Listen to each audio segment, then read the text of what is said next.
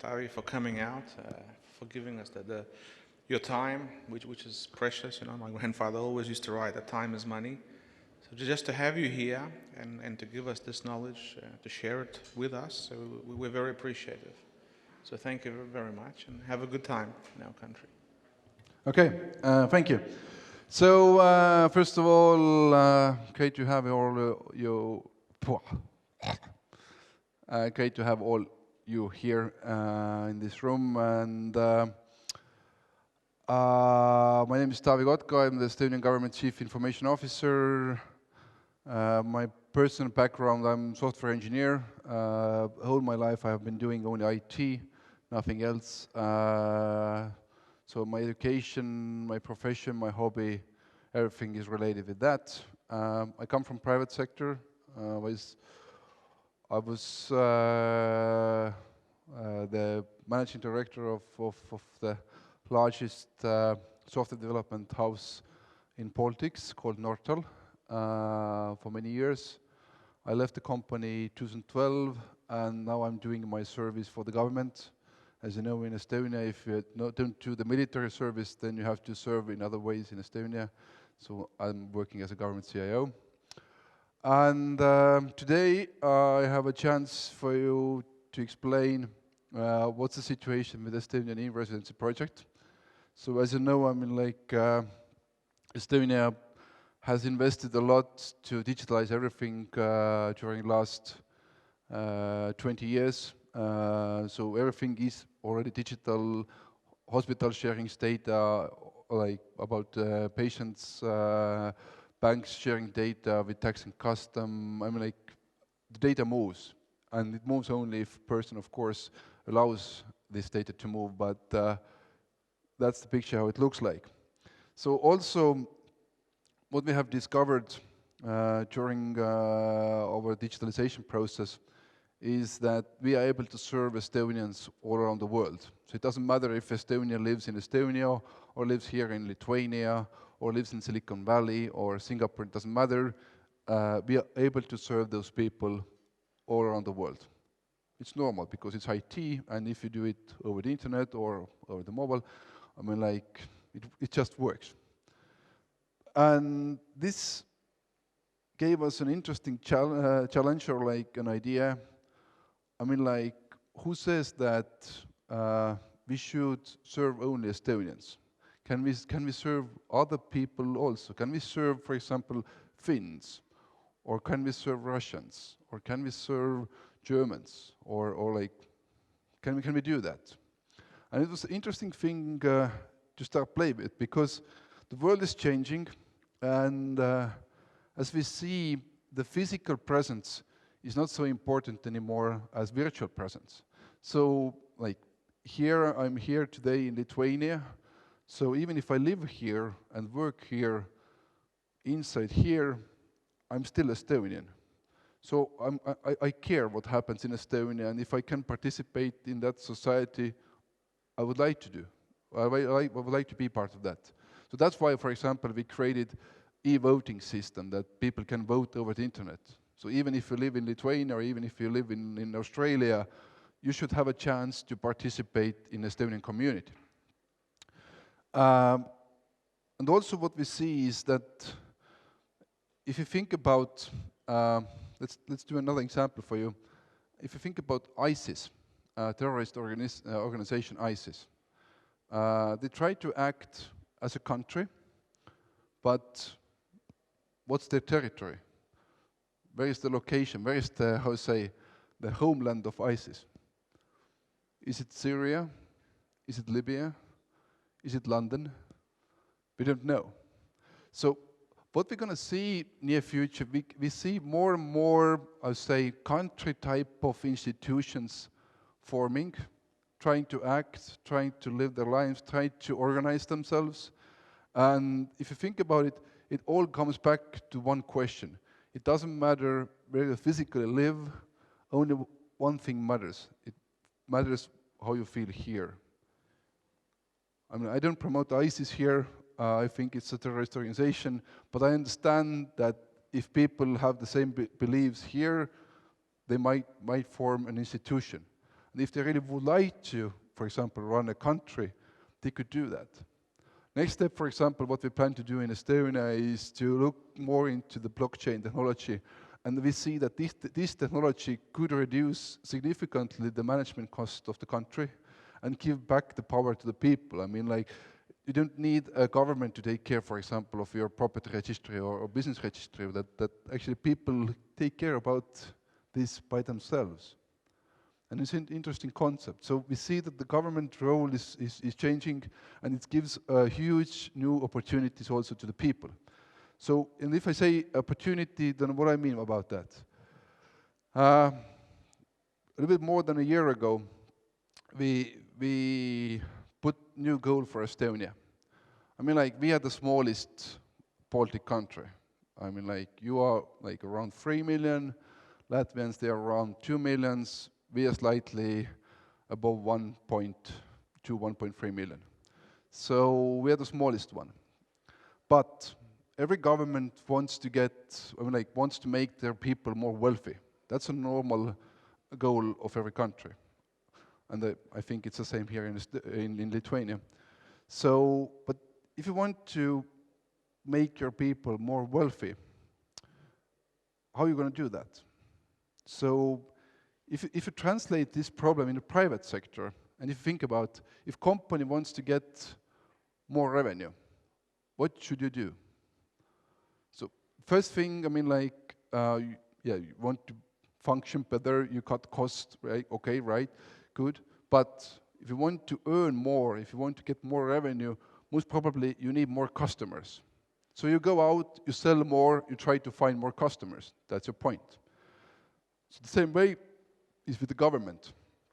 If you want to get more wealth to a people, you need to have more customers. How are you going to do that? Like, one option, you do babies. So those are mine. So I went to my wife and said like, we have this 10 million program. I mean, like, let's start working. She basically fired me. Another option is immigration. You just bring in more people. That has been a solution for US. That has been a solution for Germany. That has been a solution for Sweden. It hasn't been a solution for Baltics. Why? They just don't want to come here. Now luckily we have this European Union who actually sends us somebody, so the situation improves. But I mean, like, in Estonia, it's an extreme situation. We have a limit how many immigrants can come to Estonia every year. It's 1,200, and that number has never been met. So even if, I mean, like, there is no, like, you can come, but they don't want to come because it's a crappy weather, it's a crappy latitude, and on the same latitude there is like Sweden and Norway who offer like huge social benefits to those people that we can't afford. So it's like huge social benefits and no benefits. So immigration is not also an option. We can't increase our customer base with them. So that's why we looked at our situation, that we need more customers and we are able to serve people like Estonians all around the world. So it was like easy conclusion that, okay, let's turn more people into e-Estonians. So you live wherever you want to live. You want to live in Australia, fine. You want to live in the US, fine. You want to live in Canada, fine. So physically you are the Canadian, you are the Australian citizen, you are US citizen, fine. But virtually, would you like to be Estonian? And we started to test that concept. And why not? I mean, like, every Estonian has, like, you have the national ID card. I mean, like, it's a digital door, it's a digital key to our digital world. Can we start giving out that card, like, to everybody? Of course we can, we are the government. It's just a question of decision. Like, the problem is that does actually somebody want to get it? Like, is there a need for that? So we put up a government startup, and I will repeat this. It is a government startup. So the point of the startup is that startups can fail. Government can't fail, of course, but the startup can fail. So we treat this project in the matters that, yes, we might fail.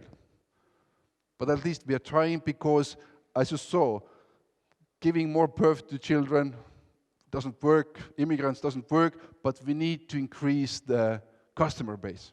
That's the goal, and we don't have any other idea. So we need to work with this. And we started to work with this. Also, we looked what happens in the world, and we see that more and more people globally become independent. I mean, like, it's a Business Week estimation that by 2020, 40% of US workforce will be freelancers. So one-man companies. What it means, the person is good at something, I don't know, playing drums, doing accounting, doing consulting. We don't know what the person is good at, but they provide global services. The customers are everywhere. It's not, business is not regional owned anymore. The business is very global at the moment. It's normal that if you're a consultant, that today you have one customer in Europe, another customer in Japan, the third customer in US. It's a normal thing. And it's a trend. So there will be more and more. 40% of US workforce, this is more than 100 million people, will be freelancers.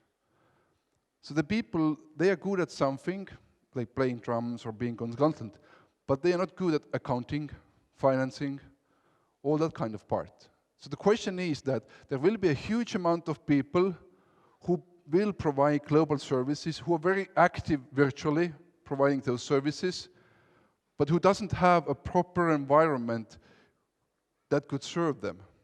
I mean, like providing hassle-free services.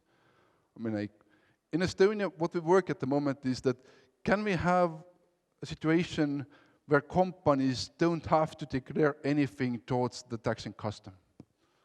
That if they keep their transactions cash-free, only like bank transactions, then can we have the system that you don't have to do any declaration towards the government? That has been taken care of automatically between the bank and the tax and custom. Can we have it?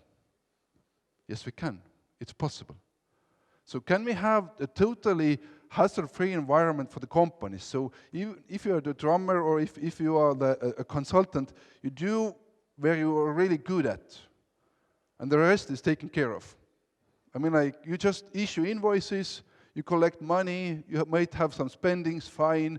Most probably you even might hire somebody, fine. All your taxes paid, everything is taken care of. And taxes are paid not in Estonia, but taxes are paid in a country where you are a tax resident. Because, for example, if you're a person from US, you're using their roads, you're using US healthcare system, you're using US transportation system, education system, everything. So it's normal that you are paying taxes in US, even if you have like virtual company in Estonia. Because in Estonia, you don't use our roads, you don't use our education system, you don't use our healthcare system, so why should we tax you? We shouldn't. So that's the environment we want to provide to the people. And if you think about it, it's a normal company, the relationship, the amount of relationship, it's huge. I mean, like, for example, startups. They have one programmer in Ukraine, they have two programmers in Norway, they have customers in Singapore. How to tie all this together is a global business. You can do it virtually, with digital signature, with e-banking, or with all that. And our society is used to use that. Our society is fully supporting this, and it might give you a hassle-free environment. So for example, here, even if you have a legal entity, if a bank account, we can automate it, that even if you have an Estonian company, your taxes are still paid in US or in Australia. It's possible. We can do it. It's just like engineering stuff. So, what we want to achieve. It's a famous picture. Uber, the world's largest taxi company, has no vehicles. Airbnb, the world's largest accommodation provider, owns no real estate. What's the Estonian ambition here? I mean, looking at this opportunity, looking at this potential, why can't we be the largest country in the world having only 1.3 million physical residents in Estonia, because it's a crappy weather place and nobody wants to come there physically. Only if, like, as a tourist, maybe, but not more. So, is it possible? Can it be the dream? Okay, let's look at the numbers. Okay, I've skipped this. The government started, we rolled it out last December. In the beginning, it was like very problematic because you had to come twice to Estonia to get the card and the residency status. So it was very inconvenient. But we wanted to be on the market as fast as possible, even with the uncomfortable service, to see that if there is an actual need for that. There was, but mostly from Finland. So Finns, it was very easy for Finns to grab it, so they grab it. Now, today, then in May, in mid-May, we rolled out the second iteration. And the second iteration was that you didn't have to come to Estonia anymore. So you apply over the internet, and you go to the closest Estonian embassy to get it. And you have to give the fingerprints also. So you have to see an Estonian officer. And here, for example, in Vilnius, we have Estonian embassy. For you, it's very easy. But there are currently people in Singapore who are traveling 7 hours to Tokyo to get the card and 7 hours back to Singapore, because we don't have any embassy in Singapore, and the closest embassy for Singapore is in Beijing or in Tokyo. Ridiculous. It's not. And the point is that it's not about Estonia, it's Europe. We are all part of European Union, so having company in Estonia means you have a company in Europe. Having bank account in Estonia means having the same IBAN system and the same type of bank account in Europe. You can do everything from here. And it gets even better. I mean, like, the ones who are familiar with ADAS regulation coming from Europe next year, it says that all European countries need to recognize each other's digital identities. So, for example, if I have to be able to use my ID card to use your Lithuanian IT services. That will become a law in Europe. But there are many countries who don't issue ID cards to the people, like, for example, UK. So if the UK person wants to run a business in Portugal, not in Estonia, Portugal, and Portugal provides ability to open up a company virtually. I mean, like, you can use e-service, etc., but you have to have some kind of digital identity. And the UK government doesn't issue digital identity to the people. Another business case. So physically, you're a UK person, but to use those cross-border services all around Europe, to use other European countries' services in virtual world, you become e-Estonian. So it works. And from mid-May, now we have the system, like, we can say that we have around 6,000, it's a very little old statistic, it changes every year. We get close to 200 e-residents every week. So it's a little bit old statistics already, but 6,000 have applied, 5,300 have already got it. And with got it means they're physically taken out. So some of them people haven't went after it, or it's still in the process. And we have more than 20,000 in a waiting list. Waiting list means that, for example, we don't have any embassies in Australia, we don't have embassies in South America, so it's like very limited locations where we have the embassies. So if there is no close place to them, they will record their names and stuff to get the newsletter and to show that we are waiting. Even in the US, I mean, like, people in Silicon Valley, they don't want to travel to New York or Washington to get it. So we need to improve that statistics. But what this shows is that there is a need for this kind of service. That Estonia has found something new that actually gives them ability to grow their nation. Your population number is going down year by year, right? people living in Lithuania physically. We have the same problem. And the last statistics last year was, if you take the births and the deaths and country leavement, it was minus 5,000, the official statistics. With this, we can say that this year we are actually going. After many, many years, we can say that our population is growing. I have to be frank here, it's not population. But then go back to the first thing. This is economical project, so it's economy. We want to be a richer country, so we want to grow our economy. How you grow your economy is that you add more people and companies, you connect them with your economy. So yes, like technically they are not part of your population, but they are part of your economy. And that's the key point here, that's the key thing here. And as you see, I mean, like the numbers here, there's no Lithuania. Lithuania is, I think you are among top 15.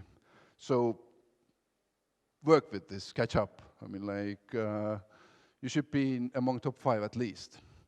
But that's our goal at the moment, that we have proven that it works. The government has not done any marketing. You don't believe that, of course, because you quite often, I think, you see that there's another article about Estonian e-residents and stuff. But my point is, we don't do marketing. Government has spent zero euros on marketing. The only marketing we do is that if there is a reporter coming to Estonia and asking like, hey Taavi, can we have like interview with you? Then yes, I do the interview, or somebody of my team will do the interview. That's the only marketing we do. The first marketing campaign we want to launch is next spring in US. And why? Because this is a startup. We don't have enough good services. I had to fight yesterday, not yesterday, but on Wednesday, with the Ministry of Justice, that they should open up their business register, that they should do APIs so the banks and other companies could start sending company information automatically to the information system. We have to change some regulation to make opening up a bank account more easy in Estonia. It takes 9 months. So it's very hard, it's very difficult to do a government startup. It's not a private sector startup when you're the like company CEO and you just say that, do it. I mean, like if you say something to the Minister of Finance, that, for example, do it, they will say, pick a finger. So it's very hard to do a government startup, but at least we try. And one thing is for sure, even if Estonia fails with this startup, we already have seen a huge interest from Singapore, we have seen a huge interest from Dubai, even from Lithuania, especially from Netherlands, Belgium. So the e-residency definitely, I say, or digital citizenship, that type of thing will happen in the world anyway. Just a matter of time. And the beauty of all this system is that it costs to the Estonian government nothing. And you don't believe me. How's nothing? Think about it. The first slide. We have digitalized everything. So all the systems are ready and running, up and running already. Digital signature, all this stuff, this is working. So we continue to develop those systems also for Estonians. So for example, that giving ability to companies to do the automated reporting without any interference, that's needed for Estonians also. It's not just needed for the foreigners. So we will do it anyway. So having all those tools available, those people, they pay for those cards. So it's a government fee. You pay 50 euros, next year you will be paying 100 euros. You pay for the card, you pay for the service we deliver to you, so that cost is covered. IT investments already done, and the things what we continue to do, we do it anyway for Estonians. So it's a zero-cost project for the government. And if it's zero cost, and if you ask me why you do this, the simple answer is, why not? If I have that chance, why not to do it? Why not to deliver it? So, we're thinking big. We see that being digital gives a huge opportunity to increase your economy. We are starting a new journey. It's a new way how even the small ones can become big ones. And I really believe that after a couple of years, not couple, but let's say 10 years, 15 years, Estonia might be the largest country in the world, or largest economy in the world, having only 1.3 million physical people living in that hostile environment where we are living. If you think about it, the today's I even didn't take my coat when I came here in Lithuania because I was thinking I'm coming from the south, so it has to be warm, like so. And it's more than 600 kilometers, so it should be having the different climate, the tropical one. But it's not. I mean, like the same shitty weather like we have. So, yeah, and of course we are continuing to do babies also. So no worries with that. So that was my short presentation about the idea what happens in Estonia. Why, if you have all these things digital, why it becomes extremely interesting, and also. It brings two type of questions into your table or onto your table. For example, one thing is interesting is let's say that up to a couple of years we have more companies that belong to e-residents than to the residents, like Estonian ones. And it's not far away. I mean, like in Estonian economy, we have around 60, 70,000 active companies at the moment. Only 60 to 70,000. So if there will be 100,000 e-residents, there will be more companies created by them. And then the question, like in front of European Union, should we start representing them also? Yes, they are part of our economy. Yes, most probably we should do that. Or if we want to raise some kind of tax or change some kind of regulation, should we ask from them? Should they become a part of our, like, voting system? Currently, the only service that is prohibited for e-residents is voting. The rest is open, but the one thing. So it raises very interesting questions. And once again, I mean, like, it might be that Estonia loses the nerve and won't be able to finish this journey. There will be a country who will finish that. So e-residence, digital citizenship is a new thing, but it's the thing that will change the world anyway, near future. So thank you. And if you have any questions, ask please.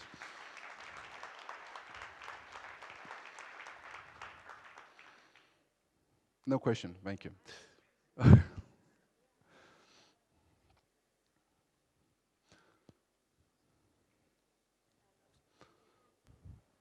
That was very interesting, thank you.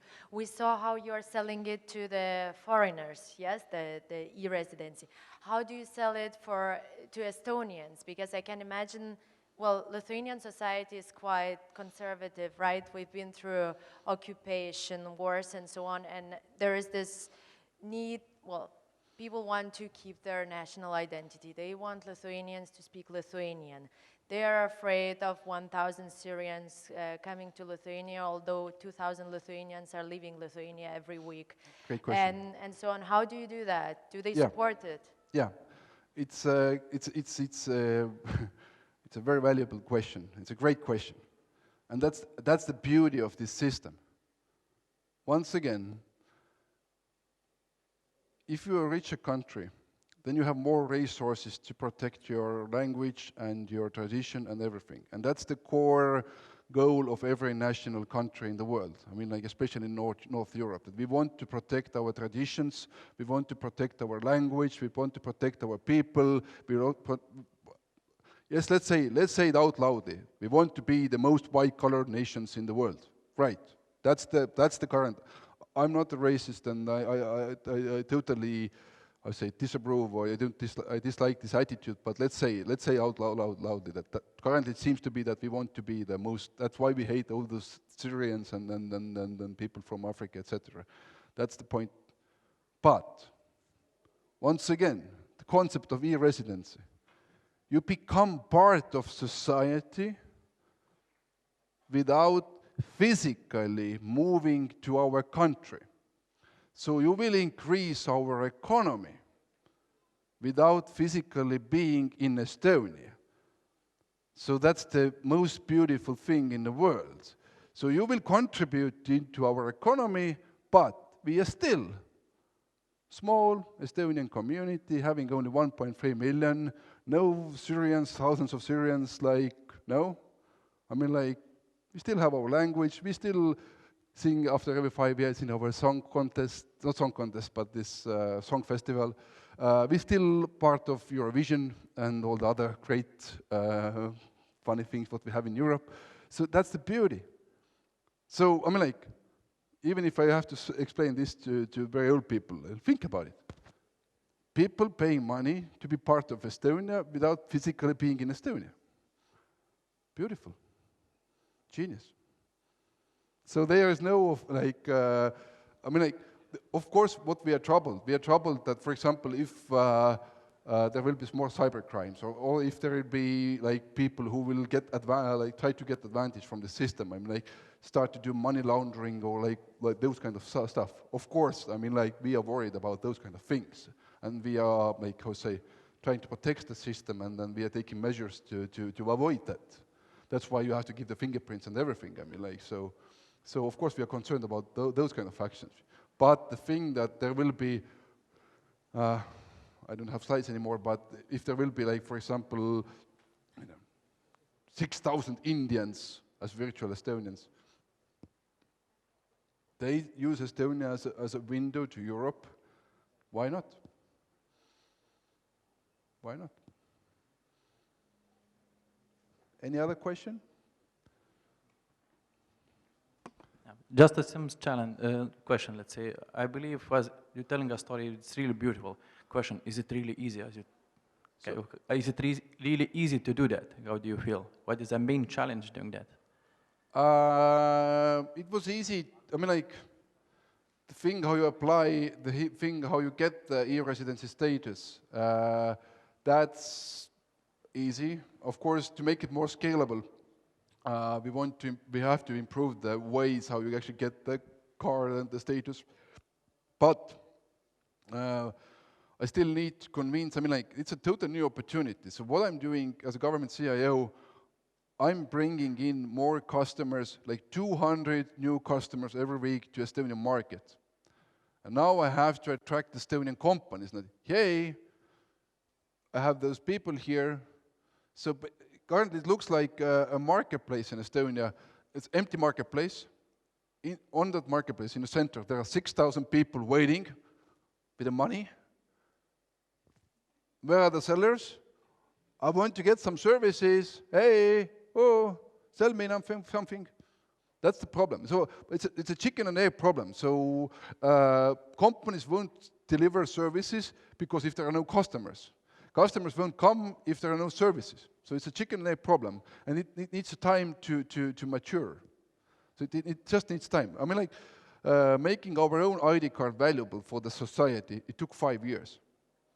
So and then it's a government startup, and if you think about startup terms, every startup starts to make sense mostly in the end of 4th year. They won't make sense during the 1st year or 2nd year. It's mostly like in the end of the 4th year.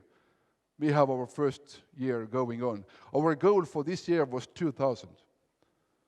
And if this trend continues, we most probably will end up with 10,000.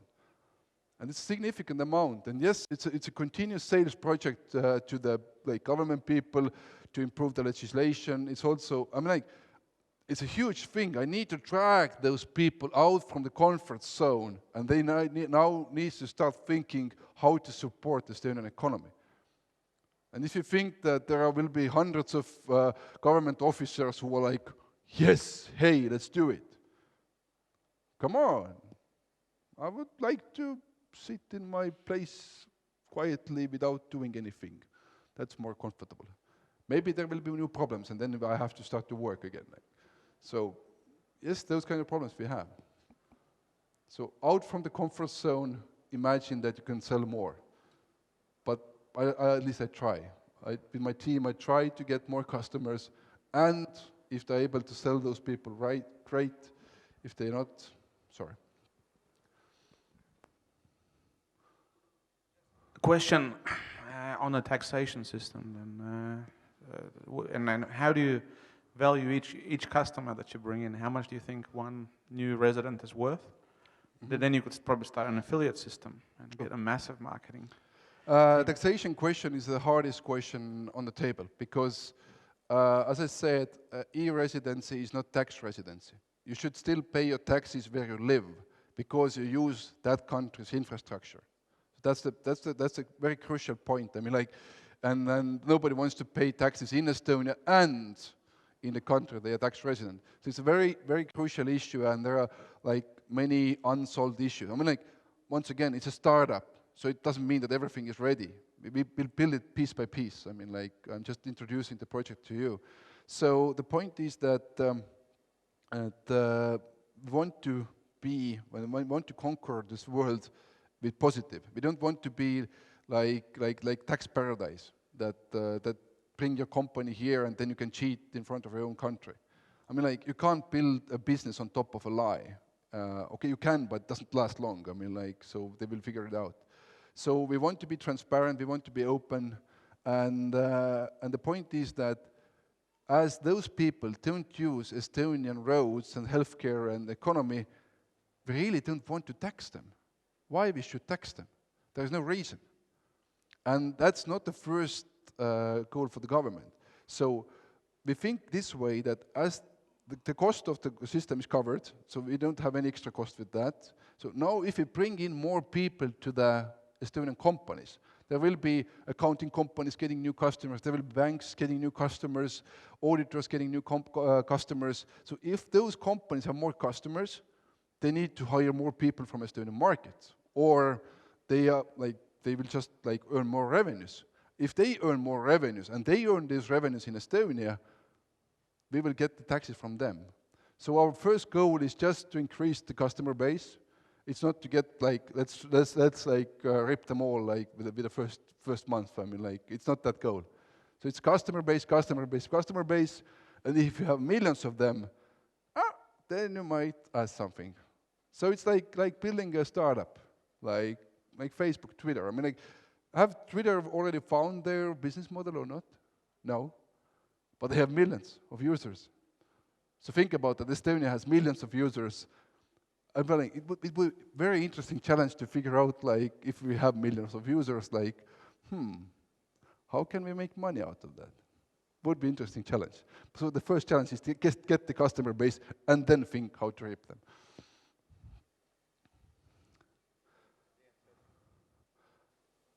Please turn on the mic. Yeah. Okay. Dan Svetkovic from Microsoft. That's an interesting debate.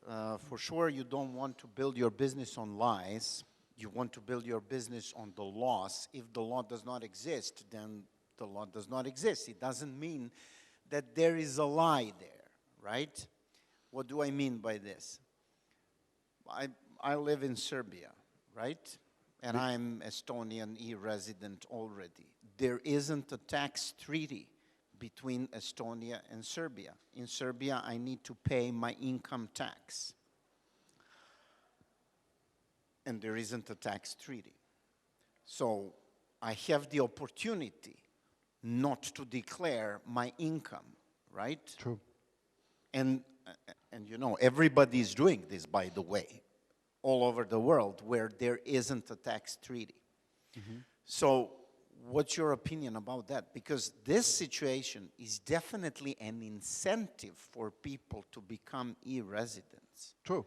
And increase your customer base. Yeah. I mean, like, also as Bitcoin was getting their first value because of drugs and selling firearms. So yes, you're absolutely right that it seems to be a quite good incentive. But if you look, for example, what US is doing with Switzerland and Luxembourg at the moment, how they basically kill their economy with FACTA, all this reporting and stuff. I mean, like, it means that piece by piece, this kind of model that you hide your some kind of revenues in some, like, in Banana Republic like Estonia or like, I don't know, Cayman Islands, for example, that won't last long. But what we see is that a majority of people, they don't want to cheat. In Estonia, as you know, there is, you can declare your taxes without any clicks.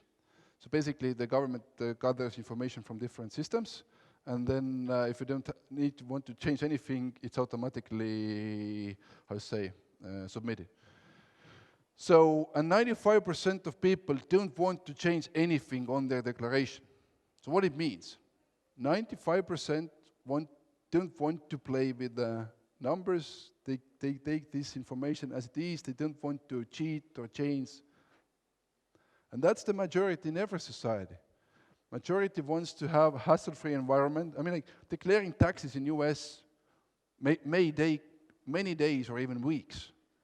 It might be very costly. It's a huge business in US, all this tax benefits and all that stuff. And most of the people, they don't like that.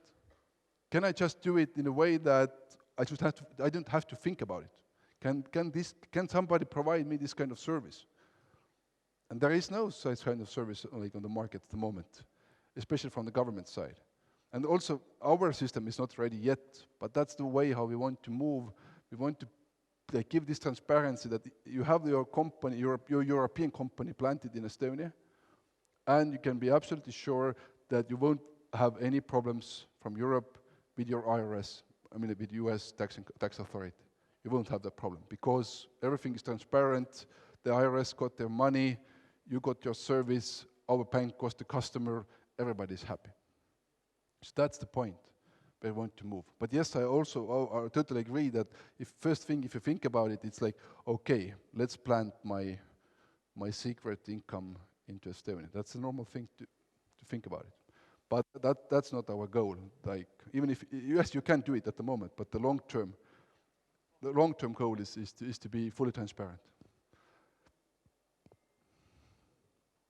Sorry, it was half an hour show, but now it's 45 minutes already. So sorry for keeping you here in this room, and thank you for your participation, and become an Estonian resident, please.